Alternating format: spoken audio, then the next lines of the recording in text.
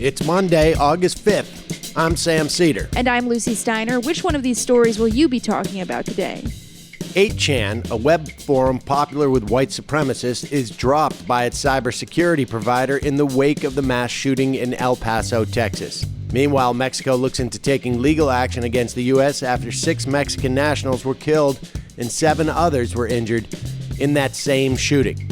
And lastly, a leaked international climate report says attempts to solve our climate crisis by cutting carbon emissions from only cars, factories, and power plants are doomed to failure. You're listening to Majority.fm's AM Quickie, and these are the stories you need to know. In the wake of 2 days with consecutive mass shootings, digital security company Cloudflare announced Sunday that it will stop providing security services to the 8chan, a web forum popular with white supremacists. The decision comes a day after the El Paso shooter Patrick Crucius posted a racist statement on 8chan before killing 20 people. The suspects behind the Christchurch, New Zealand mosque shooting and the synagogue shooting in California also allegedly posted statements on 8chan before those attacks. In a blog post announcing the decision, Cloudflare CEO Matthew Prince said, "Enough is enough," calling 8chan a cesspool of hate. The tech company's move means that 8chan will be vulnerable against DDoS cyber attacks, in which hackers bring down websites by swamping them with fake web traffic. Mexico on Sunday threatened to take legal action against the United States for failing to protect its citizens after this weekend's mass shooting in the border city of El Paso. Of the 20 people gunned down at a Walmart at the Cielo Vista Mall, at least 7 were Mexican citizens. During a press conference in Mexico City, Foreign Affairs Secretary Marcelo Ebrard called the shooting an act of terrorism against Mexicans in the U.S. and said the Mexican government will look into whether there's enough evidence to solicit extradition of the gunman to face charges in Mexico. Ebrard announced that Mexico would be investigating who sold the assault weapons that were used and urged the U.S. to establish, quote, a strong position against hate crimes.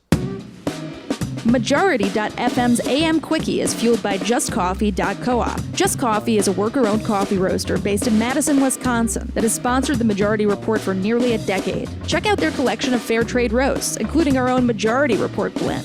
And regardless of what you order, receive 10% off your order when you use the code MAJORITY at checkout. And all shipping is free.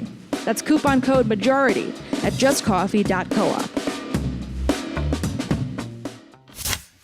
A leaked report on climate change and land use from the Intergovernmental Panel on Climate Change claims that it will be impossible to keep global temperatures at safe levels unless there's also a transformation in the way the world produces food and manages land. The report warns that 72% of the planet's ice-free surface is being exploited to feed, clothe, and support the Earth's population, and it emphasized that the land will have to be managed more sustainably so that it releases much less carbon than at present.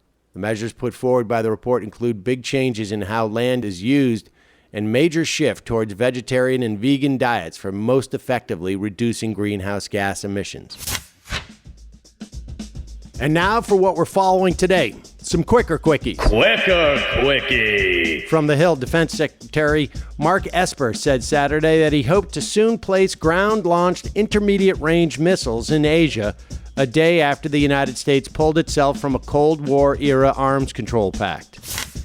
Politico reports that the DNC is placing operatives in 6 battleground states to focus exclusively on attacking President Trump and driving local conversation about his policies ahead of the 2020 election.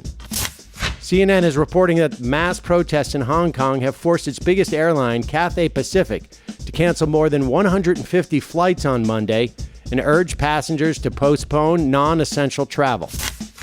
And lastly, former Alaska Senator Mike Gravel is ending his bid for the presidency, which was run by a pair of social media savvy teenagers. Quicker quickie. That's it, folks. Thanks for listening to the Majority.fm's AM Quickie.